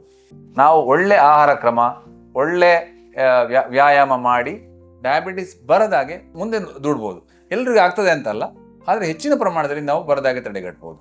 ಬಂದರೂ ಕೂಡ ನಾವು ಒಳ್ಳೆ ಆಹಾರ ಕ್ರಮ, ಒಳ್ಳೆ ವ್ಯಾಯಾಮ ಪದ್ಧತಿ ಅನುಸರಿಸ್ತಾ ಇದ್ದರೆ ಅದರಿಂದಾಗಿ ಬರುವ ಕಾಂಪ್ಲಿಕೇಶನ್ಗಳನ್ನು ಬರದಾಗೆ ತಡೆಗಟ್ಟಬಹುದು. ಎಲ್ಲದಕ್ಕಿಂತ ಮುಖ್ಯ ಅದು ಡಯಾಬಿಟೀಸ್ ಬಂದರೆ ನಾವು ದೊಡ್ಡ ತಲೆ ಮೇಲೆ ಗುಡ್ಡ ಬಿದ್ದಾಗ ಏನು ತಲೆಬಿಸಿ ಮಾಡಬೇಕಾದ್ದಿಲ್ಲ. ಅದರಿಂದಾಗಿ ಬರುವಂಥ ಕಾಂಪ್ಲಿಕೇಶನ್ಗಳನ್ನು ತಡೆಗಟ್ಟಬೇಕಷ್ಟೆ.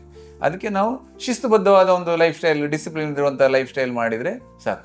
ಅದು ಈ ಡಯಾಬಿಟೀಸ್ ಅಂತಲ್ಲ, ಮನುಷ್ಯ ಯಾವುದೇ ತನ್ನ ಕೆಲಸದಲ್ಲಿ ಆಗಲಿ ಯಾವುದೇ ಇದರಲ್ಲಿ ಮೇಲೆ ಬರಬೇಕಾದ್ರೆ ಡಿಸಿಪ್ಲಿನ್, ಶಿಸ್ತು ಬೇಕೇ. ಇದು ನಮ್ಮ ಬರೀ ಆರೋಗ್ಯ ಇದಕ್ಕೆ ಮಾತ್ರ ಕ್ಷೇತ್ರಕ್ಕೆ ಅನ್ವಯ ಆಗುವುದಲ್ಲ, ಎಲ್ಲದಲ್ಲಿ ಕೂಡ ಡಿಸಿಪ್ಲಿನ್ ಸ್ವಲ್ಪ ಮಟ್ಟಿಗೆ ಬೇಕೇ ಬೇಕಾಗ್ತದೆ. ಸರಿ ಡಾಕ್ಟರ್, ಈಗ ಡಯಾಬಿಟಿಸ್ ಬಂದರೆ ಶುಗರನ್ನು ಅಥವಾ ಸಕ್ಕರೆ ಅಂಶವನ್ನು ನಾವು ತಿನ್ನಲು ಸಾಧ್ಯ ಇಲ್ಲ, ಅದು ಎಲ್ಲರಿಗೂ ತಿಳಿದಿರೋ ವಿಚಾರ. ಆದರೆ ಅತಿಯಾದ ಸಕ್ಕರೆ ಪದಾರ್ಥಗಳನ್ನು ತಿನ್ನುವುದರ ಮೂಲಕ ಡಯಾಬಿಟಿಸ್ ಬರಲು ಸಾಧ್ಯವಿದೆ ಡಾಕ್ಟರ್?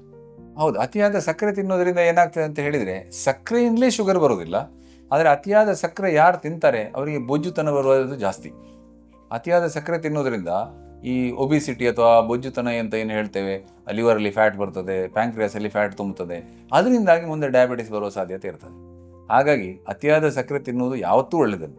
ಸಕ್ಕರೆ ಸಣ್ಣ ಮಕ್ಕಳಿಂದ ಹಿಡಿದು ಆದಷ್ಟು ಕಡಿಮೆ ಮಾಡೋದೇ ಒಳ್ಳೆಯದು.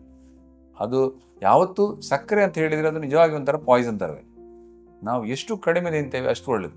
ನಾಲಿಗೆಗೆ ಯಾವುದು ತುಂಬ ಒಳ್ಳೆಯದಾಗ್ತದೆ ಅದು ಆರೋಗ್ಯಕ್ಕೆ ಒಳ್ಳೆಯದಲ್ಲ. ಈಗ ನಮ್ಮ ಮಕ್ಕಳಿಗೆ ನಾವು ಸಾಮಾನ್ಯವಾಗಿ ನೀಡುತ್ತಿರುವುದು ಬಿಸ್ಕೆಟ್ ಅಲ್ಲಿ ಬಹಳ ಸಕ್ಕರೆ ಅಂಶ ಇದೆ ಅಲ್ವ ಡಾಕ್ಟರ್? ಹೌದು, ಬಿಸ್ಕೆಟ್ ಕೊಡಲೇಬಾರ್ದು. ಬಿಸ್ಕೆಟ್ ನೀವು ಮಾಡೋದು ಹೆಚ್ಚಿದ ಬಿಸ್ಕೆಟ್ ಕೂಡ ಮೈದಾದಲ್ಲಿ ಮಾಡ್ತೀರಿ. ಮೈದಾ ಅಂದರೆ ಏನು? ಅದು ಪಾಲಿಶ್ಡ್ ಅದು ಫ್ಲೋರ್. ಅದು ಯಾವುದೇ ನೀವು ನೋಡಿ ಆಹಾರ ನೀವು ಹೆಚ್ಚು ರಿಫೈನ್ ಮಾಡ್ತೀರಿ, ಆಗ ಅದರಿಂದಾಗಿ ನಮ್ಮ ಶರೀರಕ್ಕೆ ತೊಂದರೆಗಳಾಗುವ ಸಾಧ್ಯತೆ ಜಾಸ್ತಿ. ಅದಕ್ಕೆ ನೀವು ಅಕ್ಕಿ ಆದರೂ ಕೂಡ ಕಜೆ ಅಕ್ಕಿ ಒಳ್ಳೆಯದು. ಅದನ್ನು ಪಾಲಿಷ್ ಮಾಡಿದಷ್ಟು ಮತ್ತೆ ಅದರಿಂದ ನಮಗೆ ಈ ಗ್ಲೈಸಿಮಿಕ್ ಇಂಡೆಕ್ಸ್, ಶುಗರ್ ಜಾಸ್ತಿ ಆಗುವ ಚಾನ್ಸಸ್ ಜಾಸ್ತಿ, ವೆಯ್ಟ್ ಜಾಸ್ತಿ ಆಗುವ ಚಾನ್ಸ್ ಜಾಸ್ತಿ. ಪ್ರತಿಯೊಂದು ಕೂಡ ನಾವು ಹೋಲ್ ಗ್ರೈನ್ಸ್ ತಗೊಳ್ಳೋದೇ ಒಳ್ಳೆಯದು. ಅದನ್ನು ನೀವು ಎಷ್ಟು ರಿಫೈನ್ ಮಾಡ್ತೀರಿ ಅಷ್ಟು ಅದರಿಂದ ತೊಂದರೆಗಳ ಅಡ್ಡ ಪರಿಣಾಮಗಳು ಜಾಸ್ತಿ. ಸಕ್ಕರೆಯನ್ನು ಆದಷ್ಟು ಬಿಡುವುದೇ ಒಳ್ಳೆಯದು. ಈಗ ದೇಶದಲ್ಲಿ ಮಾತ್ರ ಅಲ್ಲ, ಅಕ್ರಾಸ್ ದ ಗ್ಲೋಬ್, ಅಂದರೆ ಎಲ್ಲ ಕಡೆ ಎಲ್ಲ ದೇಶಗಳಲ್ಲಿ ಕೂಡ ಈ ಹೆಲ್ತ್, ಈ ಥರ ಲೈಫ್ ಸ್ಟೈಲ್ ರಿಲೇಟೆಡ್ ಜಾಸ್ತಿ ಆಗಲಿಕ್ಕೆ ಮುಖ್ಯ ಕಾರಣ ಈ ಥರದ biscuits, fast foods, soft drinks ಅಂತೂ ವರ್ಸ್ಟ್. ನಿಮಗೆ ಅದನ್ನು ಕಾರ್ಬೋನೇಟೆಡ್ ಕಹಿ ಇರ್ತದೆ, ಕಹಿಯನ್ನು ಸಿಹಿ ಮಾಡಬೇಕಾದ್ರೆ ಸಾಧಾರಣ ಒಂದು 350 ml ಒಂದು 6 to 8 ಸ್ಪೂನ್ಸ್ ಆಫ್ ಶುಗರ್ ಹಾಕಬೇಕಾಗ್ತದೆ. ಆ ಸಕ್ಕರೆಯಿಂದಾಗಿ ನಿಮಗೆ ಮತ್ತೆ ಅದರ ಎಲ್ಲ ಅಡ್ಡ ಪರಿಣಾಮಗಳು ಬರ್ತವೆ. ಹಾಗಾಗಿ ನಾವು ಮಕ್ಕಳಲ್ಲಿ ಆದಷ್ಟು ಮಟ್ಟಿಗೆ ಈ ಸಾಫ್ಟ್ ಡ್ರಿಂಕ್ಸ್ ಕಲ್ಚರನ್ನು, ಈ ಬಿಸ್ಕೆಟ್ಸ್ ಕಲ್ಚರ್, ಚಾಕ್ಲೇಟ್ಸನ್ನು ಆದಷ್ಟು ಕಡಿಮೆ ಮಾಡಿದರೆ ಅವರಿಗೆ ಮುಂದೆ ಫ್ಯೂಚರಲ್ಲಿ ಪ್ರಾಬ್ಲಮ್ ಬರೋದಾಗೆ ತಡೆಗಟ್ಟುತ್ತೆ. ಅದೇ ರೀತಿ ಜಾಮ್ ನೀಡುವುದನ್ನು ಕೂಡ, ಬ್ರೆಡ್ ಜಾಮ್ ಎಷ್ಟರ ಮಟ್ಟಿಗೆ ಆಗ್ತದೋ ಅಷ್ಟು ಕಡಿಮೆ ಮಾಡಬೇಕು. ನಮಗೆ ನಾಲಿಗೆಗೆ ಅವರಿಗೆ ಸಿಹಿಯ ಟೇಸ್ಟನ್ನು ಎಷ್ಟು ಕಡಿಮೆ ಮಾಡ್ತೀವಿ ಅಷ್ಟು ಒಳ್ಳೆಯದು. ಸರಿ ಡಾಕ್ಟರ್, ಈ ಮುಂಚೆ ನಾವು ಡಿಸ್ಕಸ್ ಮಾಡಿದ್ವಿ ಡಯಾಬಿಟಿಸ್ ಬರಲು ಒಂದು ವಂಶ ಪಾರಂಪರ್ಯವಾಗಿ ಅದು ಬರಬಹುದು. ಇವಾಗ ನೋಡಿದರೆ ನಮ್ಮ ಜೀವನ ಶೈಲಿ ಬಹಳ ಒತ್ತಡದಿಂದ ಕೂಡಿರ್ತದೆ. ಮನೆಯಲ್ಲಿ ಒತ್ತಡ, ಕೆಲಸದ ಕಡೆಗೆ ಒತ್ತಡ. ಹಾಗಾಗಿ ಈ ಡಯಾಬಿಟಿಸ್ ಇದೊಂದು ಸೈಕೋಸೊಮ್ಯಾಟಿಕ್, ಮನೋದೈಹಿಕ ಕಾಯಿಲೆ ಅಂತ ಕರೀಬೋದಾ? ಇದು ಒತ್ತಡದಿಂದಲೇ ಬರುವ ಕಾಯಿಲೆ ಅಂತ ನಾನು ಕರೀಬೋದಾ ಡಾಕ್ಟರ್? ಹೌದು, ಒತ್ತಡದಿಂದಾಗಿ ಖಂಡಿತವಾಗಿಯೂ ಡಯಾಬಿಟಿಸ್ ಬರುವ ಸಾಧ್ಯತೆ ಇರ್ತದೆ. ಯಾಕಂದರೆ ಈ ಒತ್ತಡ ಅತಿ ಜಾಸ್ತಿ ಆದಾಗ ಶರೀರದಲ್ಲಿ ಹಲವಾರು ಹಾರ್ಮೋನ್ ಚೇಂಜಸ್ ಆಗ್ತದೆ. ಹಾರ್ಮೋನ್ ಚೇಂಜಸ್ ಆಗೋದ್ರಿಂದಾಗಿ ಕೆಲವಾರು ಹಾರ್ಮೋನ್ಗಳು ಲೈಕ್ ಕೆಟಕಾಲಮಿನ್ಸ್, ಕಾರ್ಟಿಸಾಲ್ ಇಂತಹ ಕೆಲವು ಹಾರ್ಮೋನ್ಗಳಿದ್ದಾವೆ, ಅವುಗಳಿಂದ ಗ್ಲೂಕೋಸ್ ಜಾಸ್ತಿ ಆಗ್ತದೆ. ಸೊ ಖಂಡಿತವಾಗಿಯೂ ಸ್ಟ್ರೆಸ್ಸಿನಿಂದಾಗಿ ಡಯಾಬಿಟಿಸ್ ಬರುವ ಸಾಧ್ಯತೆ ಇರ್ತದೆ, ಗ್ಲೂಕೋಸ್ ಜಾಸ್ತಿ ಆಗುವ ಸಾಧ್ಯತೆ ಇರ್ತದೆ. ಆದರೆ ಇದು ಹೇಳಿದಷ್ಟು ಸುಲಭ ಇಲ್ಲ. ನಾವೆಲ್ಲರಿಗೂ ಹೇಳ್ತೇವೆ ಸ್ಟ್ರೆಸ್ ತಗೊಳ್ಬೇಡಿ, ಆದಷ್ಟು ಒತ್ತಡವನ್ನು ಕಡಿಮೆ ಮಾಡಿಕೊಳ್ಳಿ, ಸ್ವಲ್ಪ ರಿಲ್ಯಾಕ್ಸ್ ಆಗಬೇಕಂತ. ಅದು ಪ್ರತಿಯೊಬ್ಬರು ಅವರವರ ನೆಲೆಯಲ್ಲಿ, ಅವರವರ ನಿಟ್ಟಿನಲ್ಲಿ ಮಾಡ್ತಾ ಇರಬೇಕು. ಆದರೆ ಅದು ಎಷ್ಟರ ಮಟ್ಟಿಗೆ ಆಗ್ತದೆ ಅಂತ ಹೇಳೋದು ಕಷ್ಟ. ಆದರೆ ಪ್ರತಿಯೊಬ್ಬರು ಕೂಡ ಅವರವರ ಕೆಲಸದಲ್ಲಿ, ಅವರವರ ಮನೆಯಲ್ಲಿ ಒತ್ತಡವನ್ನು ಎಷ್ಟಾಗ್ತದೋ ಅಷ್ಟು ಕಡಿಮೆ ಮಾಡಿಕೊಳ್ಳೋದು ಉತ್ತಮ. ಸರಿ ಡಾಕ್ಟರ್, ಇನ್ನೊಂದು ಮಾತಿದೆ, ಡಯಾಬಿಟಿಸ್ ಅಂದ್ರೆ ಡೈ ಇನ್ ಬಿಟ್ಸ್ ಅಂತ. ಅಂದ್ರೆ ಡಯಾಬಿಟಿಸ್ ಒಮ್ಮೆಲೆ ಕೊಲ್ಲುವುದಿಲ್ಲ, ಆದರೆ ಸ್ವಲ್ಪ ಸ್ವಲ್ಪ ಕೊಲ್ತಾ ಇರ್ತದೆ. ಇದು ಎಷ್ಟರ ಮಟ್ಟಿಗೆ ನಿಜ ಸರ್? ಖಂಡಿತವಾಗಿ. ಯಾಕಂದ್ರೆ ಈ ಗ್ಲುಕೋಸ್ ಅಂತ ಹೇಳುದು ಇಮಿಡಿಯೇಟ್ ಆಗಿ ನಿಮಗೆ ತೊಂದರೆ ಕೊಡೋದಿಲ್ಲ. ನಾವು ಆಗ್ಲೇ ಮಾತಾಡಿದ್ದೇವೆ, ವ್ಯಾಲ್ಯೂಸ್ ಒಂದು 200 ಮೇಲಿದ್ರೆ ಆಫ್ಟರ್ ಫುಡ್, ಖಾಲಿ ಹೊಟ್ಟೆಯಲ್ಲಿ 126 ಮೇಲಿದ್ರೆ ಡಯಾಬಿಟಿಸ್ ಅಂತ. ಇಷ್ಟಿದ್ರೆ ಈ ಹೆಚ್ಚಿರುವ ಗ್ಲುಕೋಸ್ ಎಲ್ಲ ಅಂಗಾಂಗಗಳಿಗೆ ಹೋಗ್ತದೆ. ಅಲ್ಲಿ ಹೋಗಿ ಅಲ್ಲಿರುವ ರಕ್ತನಾಳಗಳಿಗೆ, ಅಲ್ಲಿರುವ ಜೀವಕೋಶಗಳಿಗೆ ಅದರಿಂದಾಗಿ ಸ್ವಲ್ಪ ಸ್ವಲ್ಪ ಅಡ್ಡ ಪರಿಣಾಮ ಮಾಡ್ತಾ ಹೋಗ್ತದೆ. ಹಾಗಾಗಿ ವರ್ಷಾನುಗಟ್ಟಲೆ ಕಳೆದ ಮೇಲೆ ಅದರ ಇಫೆಕ್ಟ್, ತೊಂದರೆ ಕಾಣಸಿಗ್ತದೆ. ಈಗ ಕಿಡ್ನಿಗೆ ಪ್ರಾಬ್ಲಮ್ ಬಂದು ಕಿಡ್ನಿ ಫೇಲ್ಯೂರ್ ಅಥವಾ ಕ್ರಾನಿಕ್ ಕಿಡ್ನಿ ಡಿಸೀಸ್ ಅಥವಾ ಡಯಾಲಿಸಿಸ್ ಅಂತ ಹೇಳ್ತೇವೆ. ಕಣ್ಣಿನ ಅಲ್ಲಿ ರೆಟೈನಾ ಅಂತ ಹೇಳುವ ಅಂಗ ಇದೆ, ಅದು ನಾವು ಏನು ನೋಡ್ತೇವೆ ಅದು ಬೀಳುವಂತಹ ಜಾಗ. ಇಮೇಜ್ ಬೀಳುವಂಥ ಜಾಗ, ಅಲ್ಲಿ ಹೋಗಿ ರೆಟಿನೋಪತಿ ಆಗ್ತದೆ. ಇದು ನಮ್ಮ ಬ್ರೈನಲ್ಲಿ ರಕ್ತನಾಳಗಳು ಸಂಕುಚಿತವಾಗಿ ಅದರಿಂದಾಗಿ ಪ್ಯಾರಾಲಿಸಿಸ್, ಸ್ಟ್ರೋಕ್ ಬರ್ತದೆ. ಹಾರ್ಟ್ನಲ್ಲಿ ಇದು ಡಯಾಬಿಟಿಸಿನಿಂದಾಗಿ ಈ ರಕ್ತನಾಳಗಳು ಬ್ಲಾಕ್ ಆಗಿ ಹಾರ್ಟ್ ಅಟ್ಯಾಕ್, ಅಥವಾ ನಾವು ಈಗ ಸ್ಟೆಂಟಿಂಗ್ ಅದು ಇದೆಲ್ಲ ಕೇಳ್ತೀವಿ, ಅದೆಲ್ಲ ಡಯಾಬಿಟಿಸಿನಿಂದಲೇ ಬರೋದು. ಮತ್ತು ಕಾಲಲ್ಲಿ ಕೂಡ ಹಾಗೆ ರಕ್ತನಾಳಗಳು ಸಂಕುಚಿತ ಆಗಿ ಕಾಲಲ್ಲಿ ಕಪ್ಪಾಗುವುದು, ಗ್ಯಾಂಗ್ರೀನ್ ಅಥವಾ ನ್ಯೂರೋಪತಿ, ಇಂಥ ಎಲ್ಲ ಸಮಸ್ಯೆಗಳು ಬರ್ತವೆ. ಇವೆಲ್ಲ ಅದೇ ತಿಂಗಳುಗಟ್ಟಲೆಯಲ್ಲಿ ಆಗೋದಲ್ಲ, ವರ್ಷಗಟ್ಟಲೆಯಲ್ಲಿ ಆಗೋದು. ನೀವು ಹೇಳಿದಾಗೆ ಅದು ಸ್ಲೋ ಪಾಯ್ಸನ್, ಸ್ಲೋಲಿ ಕೊಲ್ಲುವಂಥದ್ದು. ಹಾಗಾಗಿ ನಾವು ಅದನ್ನು ಎಷ್ಟರ ಮಟ್ಟಿಗೆ ಆಗ್ತದೋ ಅಷ್ಟು ಕಂಟ್ರೋಲ್ ಇಟ್ಕೊಂಡು ಈ ಕಾಂಪ್ಲಿಕೇಶನ್ಗಳನ್ನು ಬರದ ಹಾಗೆ ತಡೆದುಕೊಳ್ಳುವುದೇ ಇರುವುದು ಡಯಾಬಿಟಿಸ್ನಲ್ಲಿ. ಡಯಾಬಿಟಿಸ್ ಟ್ರೀಟ್ಮೆಂಟ್ ಮಾಡೋದಂದ್ರೆ ಬರೀ ಶುಗರ್ ಲೆವೆಲ್ ನೋಡಿ 50 ಇಷ್ಟುಂಟು ನೋಡೋದಲ್ಲ. ಈ ಎಲ್ಲ ಅಂಗಾಂಗಗಳಿಗೆ ಯಾವ್ದಾದ್ರು ತೊಂದರೆ ಆಗ್ತಾ ಉಂಟಾ ಅಂತ ನಾವು ಆದಷ್ಟು ಬೇಗ ಪತ್ತೆ ಹಚ್ಚಲಿಕ್ಕೆ ಪ್ರಯತ್ನ ಮಾಡೋದು. ಅದಕ್ಕೋಸ್ಕರ ನಾವು ಪ್ರತಿ 6 ತಿಂಗಳಿಗೊಮ್ಮೆ ಕೊಲೆಸ್ಟ್ರಾಲ್ ಚೆಕ್ ಮಾಡ್ತೇವೆ, 3 ತಿಂಗಳಿಗೊಮ್ಮೆ HbA1c ಟೆಸ್ಟ್ ಮಾಡ್ತೇವೆ, ಒಂದು ವರ್ಷಕ್ಕೊಮ್ಮೆ ಕಿಡ್ನಿ ಫಂಕ್ಷನ್ ಮತ್ತು ಯೂರಿನ್ ಟೆಸ್ಟ್ ಉಂಟು, ಒಂದು ಯೂರಿನ್ ಮೈಕ್ರೋ ಆಲ್ಬ್ಯೂಮಿನ್ ಅಂತ, ಆ ಟೆಸ್ಟ್ ಮಾಡ್ತೇವೆ. ವರ್ಷಕ್ಕೊಮ್ಮೆ ಕಣ್ಣಿನ ಚೆಕಪ್ ಮಾಡ್ತೇವೆ. ಈ ಥರ ಎಲ್ಲ ಮಾಡಿ ಏನಾದರೂ ಪ್ರಾಬ್ಲಮ್ಸ್ ಬರ್ತಾ ಉಂಟು ಅಂತ ಗೊತ್ತಾದರೆ ಕೂಡಲೇ ಅದಕ್ಕೆ ಬೇಕಾದ ಸ್ಟೆಪ್ ತಗೊಳ್ತೇವೆ. ಸರಿ ಡಾಕ್ಟರ್, ಇನ್ನು ಆರಂಭಿಕ ಹಂತದಲ್ಲಿ ನಾವು ಏನು ಹೇಳ್ತೇವೆ ಪ್ರೀ ಡಯಾಬಿಟಿಕ್ ಸ್ಟೇಜ್ ಅಂತ, ಆ ಹಂತದಲ್ಲಿ ಡಯಾಬಿಟಿಸ್ ಇದೆ ಅಂತ ಗೊತ್ತಾದರೆ ಅದನ್ನು ಕಂಪ್ಲೀಟ್ ಆಗಿ ರಿವರ್ಸ್ ಮಾಡಲು ಸಾಧ್ಯವಿದೆಯಾ? ಖಂಡಿತ, ಅದೇ ಮುಖ್ಯ. ಆ್ಯಕ್ಚುಲಿ ನಾವು ಈ 30 ವರ್ಷ ಕಳೆದ ಮೇಲೆ ಶುಗರ್ ಉಂಟಾ ಅಂತ ಚೆಕ್ ಮಾಡ್ಕೊಳ್ಬೇಕು ಅಂತ ಹೇಳುದೇ ಅದಕ್ಕೋಸ್ಕರ. ಈ ಪ್ರೀ ಡಯಾಬಿಟಿಸ್ ಅಂತ ನಾವೇನು ಹೇಳ್ತೇವೆ, ಖಾಲಿ ಹೊಟ್ಟೆಯಲ್ಲಿ 100ರಿಂದ 125 ಮಧ್ಯ, ಊಟ ಆದ ಮೇಲೆ 140ರಿಂದ 200 ಮಧ್ಯ, ಮತ್ತೆ HbA1c 3 ತಿಂಗಳಿನ ಆವರೇಜ್ 5.7ರಿಂದ 6.5 ಮಧ್ಯ ಇದಿದ್ರೆ ಅವರು ಡಯಾಬಿಟಿಸ್ ಉಂಟು ಅಂತ ನಾವು ಹೇಳೋದಿಲ್ಲ. ಡಯಾಬಿಟಿಸ್ಗಿಂತ ಒಂದು ಸ್ಟೇಜ್ ಮೊದಲು, ಅಂದರೆ ನೀವು ಕಂಟ್ರೋಲ್ ಮಾಡಿದ್ರೆ ಅದು ವಾರ್ನಿಂಗ್ ಸಿಗ್ನಲ್ ಇದ್ದಾಗ, ನೀವು ಕರೆಕ್ಟ್ ಮಾಡಿದ್ರೆ ನಿಮಗೆ ತೊಂದರೆ ಬರ್ತದೆ ಅಂತ. ಪ್ರೀ ಡಯಾಬಿಟಿಸ್ ಅಂತ ಹೇಳಿದರೆ ಆ ಡಯಾಬಿಟಿಸಿಗೆ ಹೋಗಲಿಲ್ಲ, ನಾರ್ಮಲ್ ಅಲ್ಲ, ಅದರ ಮಧ್ಯದನ್ನು ನಾವು ಪ್ರೀ ಡಯಾಬಿಟಿಸ್ ಅಂತ ಹೇಳೋದು. ಬಾರ್ಡರ್ ಲೈನ್ ಇದೀಗ ನೀವು ಸರಿ ಮಾಡಿ, ಇಲ್ಲದಿದ್ರೆ ನಿಮಗೆ ಡಯಾಬಿಟಿಸ್ ಬರ್ತದೆ ಅಂತ. ಹಾಗಾಗಿ ಅದು ನಮ್ಮ ನೇಚರ್, ನಮ್ಮ ಪ್ರಕೃತಿ ಅಥವಾ ದೇವರು ನಮಗೆ ಕೊಡುವಂಥ ವಾರ್ನಿಂಗ್ ಸಿಗ್ನಲ್. ನೋಡಿ, ನೀವು ತುಂಬ ತಪ್ಪು ಮಾಡ್ತಾ ಇದ್ದೀರಿ, ಸರಿ ಮಾಡಿ ಅಂತ. ಆ ಟೈಮಲ್ಲಿ ಸರಿಯಾದ ಆಹಾರ ಕ್ರಮ, ಸರಿಯಾದ ಎಕ್ಸಸೈಸ್ ಮಾಡಿದರೆ ನಮಗೆ ಅದು ಪುನಃ ರಿವರ್ಸ್ ಮಾಡಿ ನಾರ್ಮಲ್ಗೆ ಬರ್ಬೋದು. ಇಲ್ಲ, ತೊಂದರೆ ಇಲ್ಲ, ಎಂಕದಾಲ ಪೂಜೆ ಅಂತ ಹೇಳಿದರೆ ಹೋಗ್ತದೆ, ಅದು ಮುಂದೆ ಡಯಾಬಿಟಿಸ್ಗೆ ಹೋಗ್ತದೆ. ಹೌದು. ಈಗ ಡಾಕ್ಟರ್, ಇಂದಿನ ವೈದ್ಯಕೀಯ ಪದ್ಧತಿ ಬಹಳ ಮುಂದುವರೆದಿದೆ, ತಂತ್ರಜ್ಞಾನ ಎಲ್ಲವೂ ಮುಂದುವರೆದಿದೆ. ಹಾಗಾಗಿ ಇವತ್ತು ಈ ಡಯಾಬಿಟಿಸ್ ರೋಗಕ್ಕೆ ಯಾವ ರೀತಿಯ ಚಿಕಿತ್ಸಾ ವಿಧಾನಗಳು ಲಭ್ಯವಿವೆ ಮತ್ತು ಹಿಂದೆ ಯಾವ ರೀತಿಯ ಚಿಕಿತ್ಸಾ ವಿಧಾನಗಳು ಲಭ್ಯವಿತ್ತು ಡಾಕ್ಟರ್? ಎಲ್ಲದಕ್ಕಿಂತ ಮುಖ್ಯ, ನಾವು ಇಷ್ಟೊತ್ತು ಮಾತಾಡಿದಾಗೆ ನಾವೀಗ ಮಾತಾಡ್ತಾ ಇರೋದು ಟೈಪ್ 2 ಡಯಾಬಿಟಿಸ್. ಮೇನ್ಲಿ ಟೈಪ್ 2 ಅಂದರೆ ದೊಡ್ಡವರಲ್ಲಿ ಸಾಧಾರಣವಾಗಿ ಹೆಚ್ಚಾಗಿ ಊರಲ್ಲಿ ಕಂಡುಬರುವಂತಹದ್ದು ಟೈಪ್ 2. ಅದರಲ್ಲಿ ಮುಖ್ಯವಾಗಿ ಲೈಫ್ ಸ್ಟೈಲ್. ನೀವು ಎಷ್ಟು ದೊಡ್ಡ ಬಿಲ್ಡಿಂಗ್ ಕಟ್ಟೋದಾದ್ರೂ ಕೂಡ ಕೆಳಗೊಂದು ಫೌಂಡೇಶನ್ ಒಂದು ಚೆನ್ನಾಗಿರ್ಬೇಕು. ಅದೇ ರೀತಿಯಲ್ಲಿ ಡಯಾಬಿಟಿಸ್ ನೀವು ಮದ್ದೆಲ್ಲ ಆಮೇಲೆ, ಅದಕ್ಕಿಂತ ಮುಂಚೆ ಡಯಟ್ ಮತ್ತೆ ಎಕ್ಸಸೈಸ್ ಸರಿ ಇರಲೇಬೇಕು. ಫುಡ್ ಕಂಟ್ರೋಲ್, ಎಕ್ಸಸೈಸ್ ಸರಿ ಇದ್ರೆ ಅದರ ಮೇಲೆ ನೀವು ಬಿಲ್ಡಿಂಗ್ ಕಟ್ಬೋದು. ಹಾಗಾಗಿ ಇದೆರಡು ಬಹಳ ಮುಖ್ಯ. ಆಹಾರ ಕ್ರಮ ಮತ್ತೆ ವ್ಯಾಯಾಮ ಇದೆರಡು ಸರಿಯಾಗಿದ್ರೆ ನಮಗೆ ಕಂಟ್ರೋಲ್ ಮಾಡಲಿಕ್ಕೆ ಸುಲಭ. ಮತ್ತೆ ಸಣ್ಣ ಪೌರ್ಣ ಮಾತ್ರೆಯಲ್ಲಿ, ಸಣ್ಣ ಮಾತ್ರೆಗಳಲ್ಲಿ, ಔಷಧಿಗಳಲ್ಲಿ ತುಂಬಾ ಸಮಯ ಕಂಟ್ರೋಲ್ ಮಾಡ್ಲಿಕ್ಕೆ ಆಗ್ತದೆ.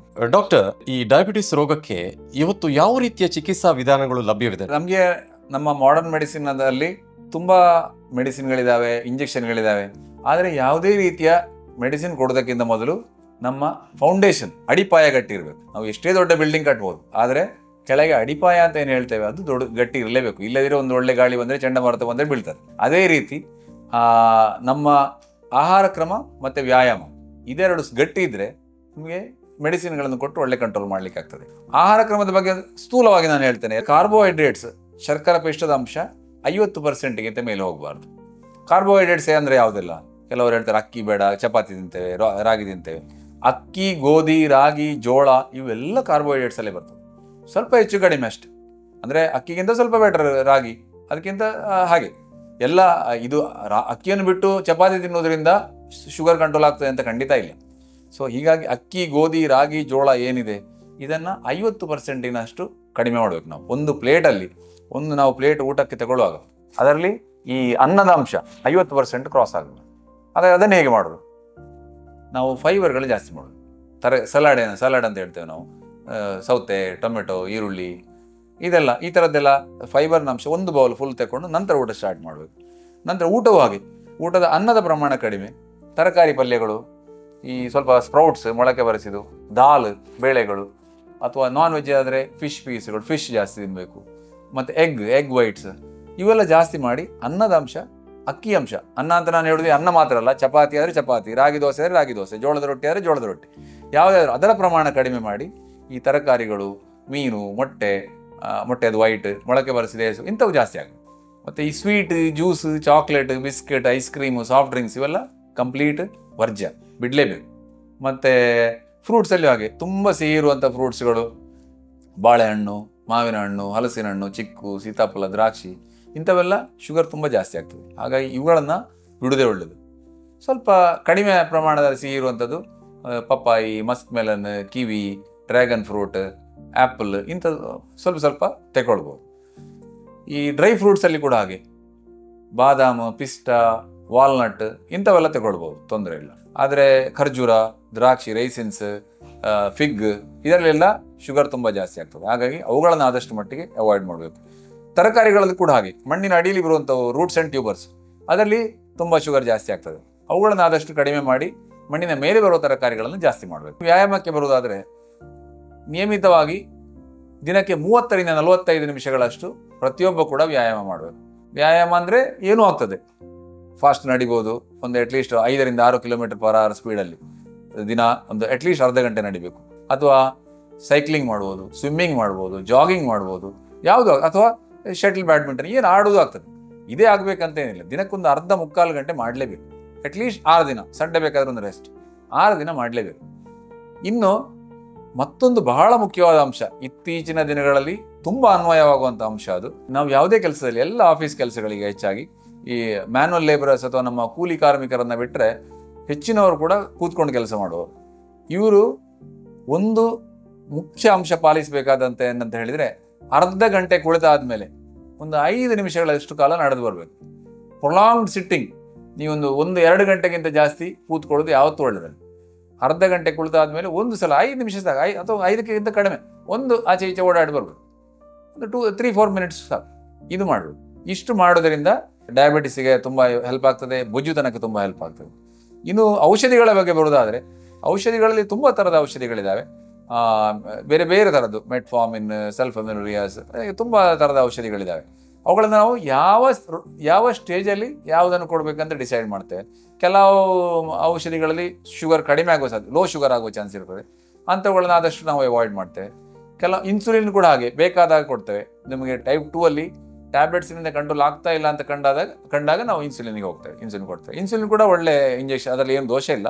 ಬಟ್ ನಮಗೆ ಒಟ್ಟಿನಲ್ಲಿ ಶುಗರ್ ಕಂಟ್ರೋಲ್ ಆದರೆ ಸಾಕು. ಟ್ಯಾಬ್ಲೆಟ್ ಆದರೂ, ಫುಡ್ ಕಂಟ್ರೋಲ್ ಎಕ್ಸಸೈಸ್ ಆದರೂ, ಇನ್ಸುಲಿನ್ ಆದರೂ ಯಾವುದಾದ್ರೂ ಅಡ್ಡಿಲ್ಲ. ಶುಗರ್ ಕಂಟ್ರೋಲ್ ಇದ್ದರೆ ನಮಗೆ ಕಾಂಪ್ಲಿಕೇಶನ್ ಬರದಾಗ ತಡೀಲಿಕ್ಕೆ ಆಗ್ತದೆ. ಡಾಕ್ಟರ್, ನೀವು ಆಹಾರ ಪದ್ಧತಿಯ ಮಹತ್ವದ ಬಗ್ಗೆ ಮಾತಾಡ್ತಾ ಇದ್ರಿ. ಕೆಲವರು ಡಯಾಬಿಟಿಸ್ ಬಂದ ಕೂಡಲೇ ಅನ್ನವನ್ನು ತ್ಯಜಿಸ್ತಾರೆ, 3 ಹೊತ್ತು ಕೂಡ ಚಪಾತಿ ತಿಂತಾರೆ. ಈ ಚಪಾತಿಯಲ್ಲಿ ಅನ್ನಕ್ಕಿಂತ ಕಡಿಮೆ ಪ್ರಮಾಣದ ಕಾರ್ಬೋಹೈಡ್ರೇಟ್ಸ್ ಇದೆಯಾ ಡಾಕ್ಟರ್? ನೋಡಿ, ಅಕ್ಕಿ ಮತ್ತೆ ಗೋಧಿಯಲ್ಲಿ ದೊಡ್ಡ ವ್ಯತ್ಯಾಸ ಏನಿಲ್ಲ. ಗ್ಲೈಸಿಮಿಕ್ ಇಂಡೆಕ್ಸ್ ಸ್ವಲ್ಪ ಗೋಧಿಯಲ್ಲಿ ಕಡಿಮೆ ಇದೆ ಅಂತ ಮೊದಲು, ಅದರಿಂದಾಗಿ ಎಲ್ಲರೂ ಚಪಾತಿಗೆ ಶಿಫ್ಟ್ ಆಗಬೇಕು ಅಂತ ನಮ್ಮಲ್ಲಿ ಒಂದು ಕಲ್ಪನೆ ಇದೆ. ನಿಜವಾಗಿ ಅಂಥದ್ದೇನು ಇಲ್ಲ. ಒಂದು ಚಪಾತಿಯಲ್ಲಿ ಅಡ್ವಾಂಟೇಜ್ ಅಂದರೆ, ನಿಮಗೆ ಚಪಾತಿ ಲೆಕ್ಕ ಹೇಳ್ಬೋದು, 2 ಚಪಾತಿ ತಿಂದರೆ 3 ಚಪಾತಿ ತಿಂದರೆ ಲೆಕ್ಕ ಸಿಗ್ತದೆ. ಅನ್ನದಲ್ಲಿ ಆ ಥರ ಲೆಕ್ಕ ಸಿಗೋದಿಲ್ಲ ನಿಮಗೆ. 1 ಸೌಟು 2 ಸೌಟು, ಸ್ವಲ್ಪ ದೊಡ್ಡ ಸೌಟು ಮಾಡ್ಬೋದು, ಫುಲ್ ಸೌಟು ಮಾಡ್ಬೋದು, ಮುಕ್ಕಾಲು ಸೌಟು ಮಾಡ್ಬೋದು. ಹಾಗೆ ಅದು ಹೇಳೋದು ಕಷ್ಟ.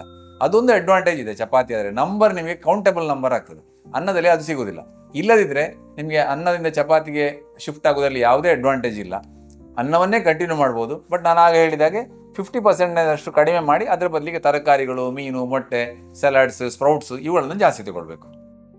ಸರಿ ಡಾಕ್ಟರ್, ಇನ್ನು ಡಯಾಬಿಟಿಸ್ ಬಂದರೆ ಜೀವನವೇ ಮುಗಿದು ಹೋಯಿತು ಎಂದು ತಿಳಿಯುವವರಿದ್ದಾರೆ. ಅಂತಹ ರೋಗಿಗಳಿಗೆ ಯಾವ ರೀತಿಯ ಒಂದು ಆತ್ಮಸ್ಥೈರ್ಯ ತುಂಬುವ ಒಂದು ಸಂದೇಶವನ್ನು, ಜೊತೆಗೆ ಡಯಾಬಿಟಿಸ್ ರೋಗಿಗಳಿಗೆ ಬಹಳಷ್ಟು ಸಂದೇಹಗಳಿರುತ್ತೆ, ಅಂತಹ ಸಂದೇಹಗಳಿದ್ದರೆ ಅವರು ನಿಮ್ಮನ್ನು ಯಾವ ರೀತಿ ಸಂಪರ್ಕ ಮಾಡ್ಬೋದು, ಇದರ ಬಗ್ಗೆ ಒಂದಿಷ್ಟು ಮಾಹಿತಿಯನ್ನು ನೀಡ್ಬೋದು ಡಾಕ್ಟರ್? ಖಂಡಿತವಾಗ್ಲು. ಡಯಾಬಿಟಿಸ್ ಬಂದರೆ ಇದು ದೊಡ್ಡ ಕಾಯಿಲೆ, ಜೀವನವೇ ಮುಗಿಯಿತು ಅಂತ ಹೇಳುವಾಗ ತಿಳ್ಕೊಳ್ಬೇಕಾದ ಅಗತ್ಯವೇ ಇಲ್ಲ. ಯಾಕಂದರೆ ನೀವು ಆಗಲೇ ಹೇಳಿದಾಗೆ ಅಂಕಿಅಂಶಗಳ ಪ್ರಕಾರ 11% ಡಯಾಬಿಟಿಸ್ ರೋಗಿಗಳಿದ್ದಾರೆ. ಹಾಗಾಗಿ ಒಂದು 50 ವರ್ಷ ಕಳೆದ ಮೇಲೆ ಇದು ಪರ್ಸೆಂಟೇಜ್ ಇನ್ನೂ ಜಾಸ್ತಿ ಆಗ್ತದೆ. ಹಾಗಾಗಿ ಡಯಾಬಿಟಿಸ್ ದೊಡ್ಡ ಕಾಯಿಲೆ ಏನಲ್ಲ, ಯಾವಾಗ ದೊಡ್ಡ ಕಾಯಿಲೆ ಅಲ್ಲ, ಅದನ್ನು ನಾವು ಕಂಟ್ರೋಲ್ ಇಟ್ಕೊಂಡಾಗ. ಹಾಗಾಗಿ ನಾನು ನಮ್ಮ ರೋಗಿ ಬಂಧುಗಳಿಗೆ, ಡಯಾಬಿಟಿಸ್ನವರಿಗೆ ಹೇಳುವುದು ಇಷ್ಟೇ: ಆದಷ್ಟು ಮಟ್ಟಿಗೆ ನಿಮ್ಮ ಆಹಾರ ಕ್ರಮವನ್ನು ನಿಯಂತ್ರಿಸಿ, ನಿಯಮಿತವಾಗಿ ವ್ಯಾಯಾಮ ಮಾಡಿ, ಡಾಕ್ಟರ್ಗಳ ಸಲಹೆ ಪ್ರಕಾರ ನಿಯಮಿತವಾಗಿ ಅವರು ಹೇಳಿದ ಪ್ರಕಾರ ಔಷಧಿಗಳನ್ನು ತಗೊಳ್ಳಿ. ಇದರಿಂದಾಗಿ ನಮಗೆ ನಮ್ಮ ಮಧುಮೇಹವನ್ನು ಕಂಟ್ರೋಲ್ ಇಟ್ಕೊಳ್ಬೋದು. ಮಧುಮೇಹವನ್ನು ಕಂಟ್ರೋಲ್ ಇಟ್ಕೊಂಡ್ರೆ ಅದರಿಂದ ಬರುವ ಎಲ್ಲ ಕಾಂಪ್ಲಿಕೇಶನ್ಗಳನ್ನು ಬರದಾಗೆ ತಡೀಲಿಕ್ಕೆ ಆಗ್ತದೆ. ಹಾಗಾಗಿ ಏನೂ ಧೈರ್ಯ ಕಳ್ಕೊಳ್ಬೇಕಾದ್ದಿಲ್ಲ. ಸರಿಯಾದ ನಿಮ್ಮ ಜೀವನ ಶೈಲಿಯಿಂದಾಗಿ ಮತ್ತು ಔಷಧಿಗಳನ್ನು ಕ್ರಮ ಪ್ರಕಾರ ತಗೊಳ್ಳೋದರಿಂದ ಅದರಿಂದ ಬರುವ ಅಡ್ಡ ಪರಿಣಾಮಗಳನ್ನು ಖಂಡಿತವಾಗಿಯೂ ತಡೆಗಟ್ಟಬಹುದು. ಮತ್ತು ಈ ವರ್ಷದ ನಮ್ಮ ವರ್ಲ್ಡ್ ಡಯಾಬಿಟೀಸ್ ಡೇ ಥೀಮ್ ಅಂದರೆ ಡಯಾಬಿಟೀಸ್ ಆ್ಯಂಡ್ ವೆಲ್ ಬೀಯಿಂಗ್ ಅಂತ. ವೆಲ್ ಬೀಯಿಂಗ್ ಅಂದರೆ ಶಾರೀರಿಕವಾಗಿ ಮಾತ್ರ ಅಲ್ಲ, ಮಾನಸಿಕವಾಗಿ ಕೂಡ. ಹಾಗಾಗಿ ನಾವು ಯಾವತ್ತೂ ಕೂಡ ಆತ್ಮಸ್ಥೈರ್ಯವನ್ನು ಕಳ್ಕೊಳ್ಬಾರ್ದು, ಮತ್ತು ನಮ್ಮ ಈ ಬೇಸರ ಮಾಡ್ಕೊಳ್ಬಾರ್ದು, ಡಿಪ್ರೆಷನಿಗೆ ಹೋಗಬಾರ್ದು. ಆದಷ್ಟು ಇದನ್ನು ನಮ್ಮ ಜೀವನ ಶೈಲಿಯಲ್ಲಿ ಅಲ್ಪ ಪ್ರಮಾಣದ ಬದಲಾವಣೆ ಮಾಡಿಕೊಂಡು ನಮ್ಮ ಕೆಲಸ ಕಾರ್ಯಗಳಲ್ಲಿ ಮುಂದುವರಿತಾ ಇರಬೇಕು. ಹೀಗೆ ಮಾಡೋದರಿಂದಾಗಿ ನಮಗೆ ಡಯಾಬಿಟಿಸ್ನಿಂದ ಆಗುವ ಎಲ್ಲ ತೊಂದರೆಗಳನ್ನು ತಡೆಗಟ್ಟಬಹುದು. ಇನ್ನೂ ಸಂದೇಹಗಳಿದ್ರೆ ಅಥವಾ ಏನಾದರೂ ನಿಮಗೆ ಟ್ರೀಟ್ಮೆಂಟ್ ಬಗ್ಗೆ ಮತ್ತೆ ಮಾಹಿತಿ ಬೇಕಿದ್ದರೆ ನಾನು AJ ಆಸ್ಪತ್ರೆಯಲ್ಲಿ ನಮ್ಮ ಎಂಡೋಕ್ರೈನಾಲಜಿ ವಿಭಾಗದಲ್ಲಿ ಸಲಹೆಗೆ ಲಭ್ಯ ಇರ್ತೇನೆ. ಪ್ರತಿ ದಿವಸ ಬೆಳಗಿನ ಹೊತ್ತಿಗೆ ಇಲ್ಲಿ ಖಂಡಿತವಾಗಿಯೂ ಲಭ್ಯ ಇರ್ತೇನೆ. ನೀವು ಇಲ್ಲಿಗೆ ಬಂದು ನನ್ನನ್ನು ಸಂಪರ್ಕಿಸಬಹುದು. ಸರಿ ಡಾಕ್ಟರ್, ಇದು ಈ ತನಕ ಡಯಾಬಿಟಿಸ್ ರೋಗದ ಬಗ್ಗೆ ಸವಿಸ್ತಾರವಾದ ಮಾಹಿತಿಯನ್ನು ನೀಡಿ ನಮ್ಮೆಲ್ಲ ಸಂದೇಹಗಳನ್ನು ನಿವಾರಿಸಿದ್ದಾರೆ ಡಾಕ್ಟರ್. ನಿಮಗೆ ಹೃತ್ಪೂರ್ವಕ ವಂದನೆಗಳು. ನಮಸ್ಕಾರ.